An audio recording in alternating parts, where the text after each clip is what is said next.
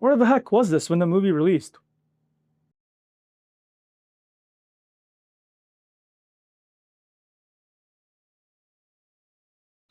I'm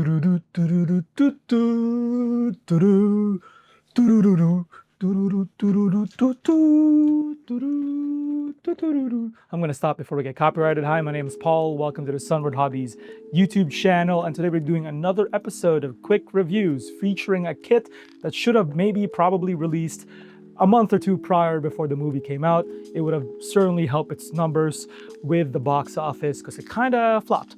Anyway, this is the tie-in merch from AMT's rendition of the Razor Crest, specifically the Razor Crest from the movie The Mandalorian and Grogu, which, by the way, I'm going to set the record straight. Action-wise, the movie is a 10 out of 10. I can't see any problem, and in fact, the action is spectacular. The movie itself, though, story-wise, 6, whatever. Nothing of note really happened. It's just an adventure with Baby Yoda. So that's about it. So the movie itself is 7. For you to be a top 5 movie for me, you have to clear Return of the Jedi, which is my number 5 always. It's like the gatekeeper to the top 5. It doesn't clear that. It's better than Solo. It's better than Episode 1. It's definitely better than Episode 2.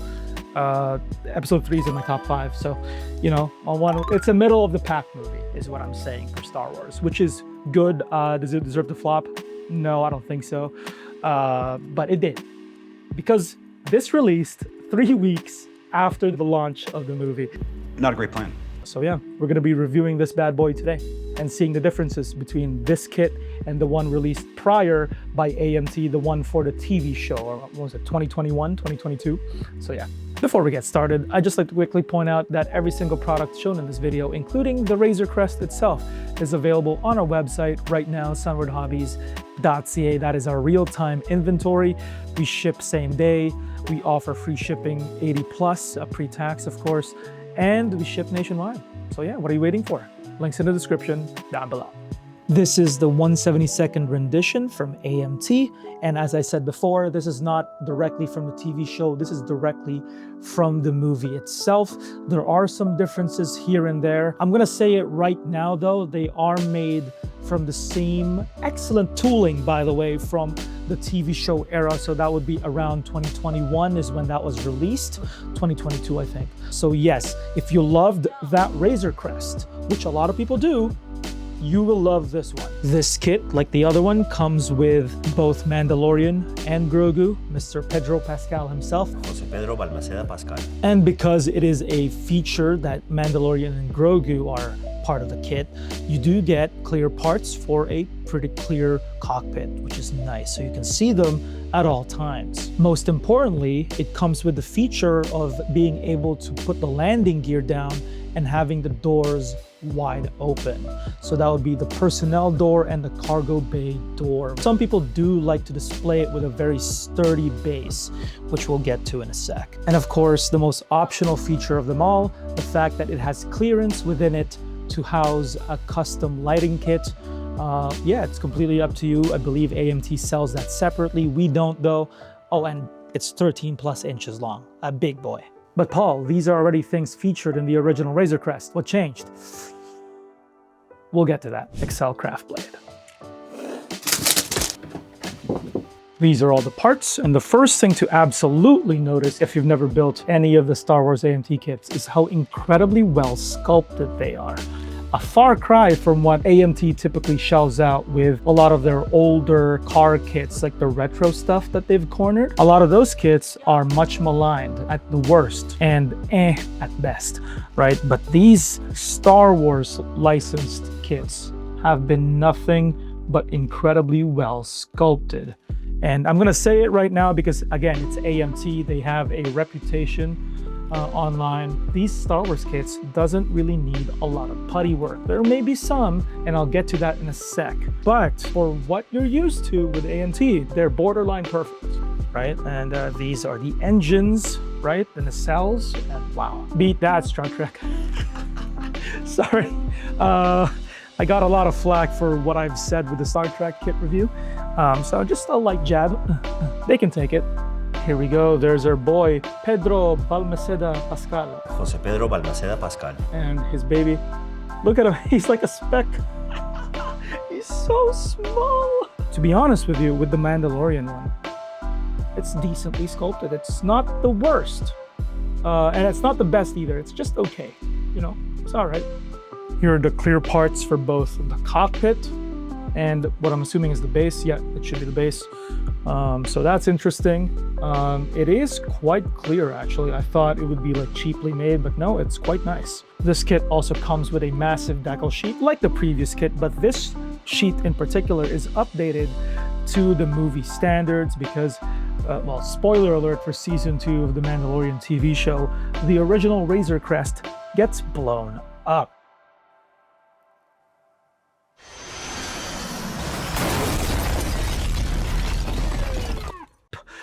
So it has to be updated for a newer standard and a newer model. Another new feature is that the wing nacelles, or the engine nacelles, sorry, are completely updated. So this is probably its biggest feature in terms of mold updates, is that the engine nacelles itself is a little bit better. There's a little bit more greeblies, and by greeblies I mean, you know, the little bumpy things on like the Star Destroyer, a little bit more details like that compared to the original, especially where all the fan blades are and at the front of the turbine.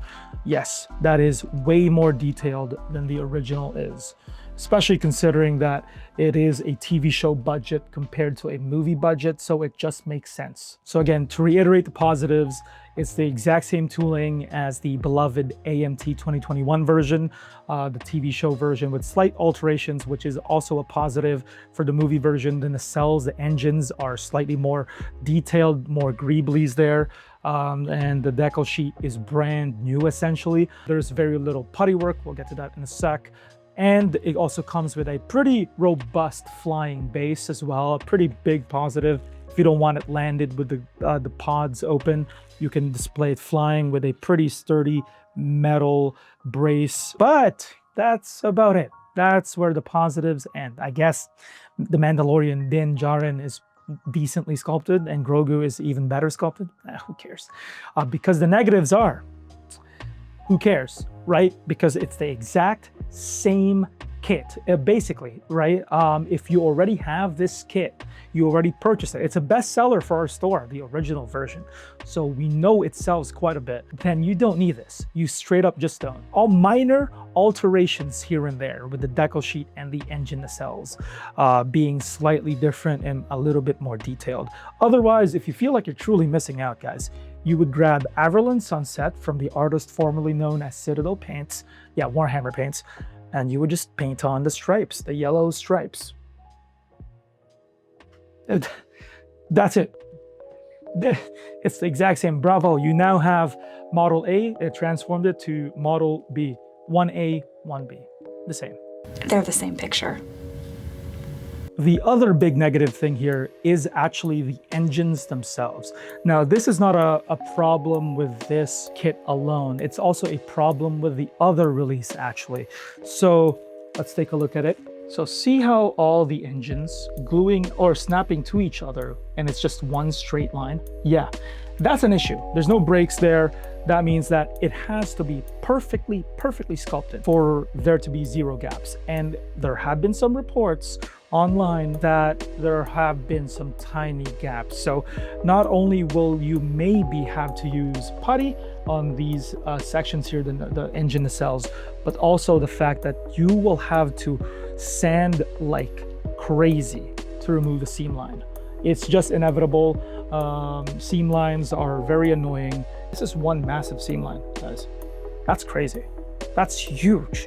And depending on how good you are at sanding, you will lose some of the details just because of how much sanding you will have to do. That is a massive downside. This is the biggest downside of this model kit, actually, and why it's not universally beloved and praised, because when they come to the engines, people start hating their lives. Otherwise, though, this is quite a good kit.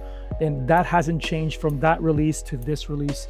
It's just that the engines are terrible.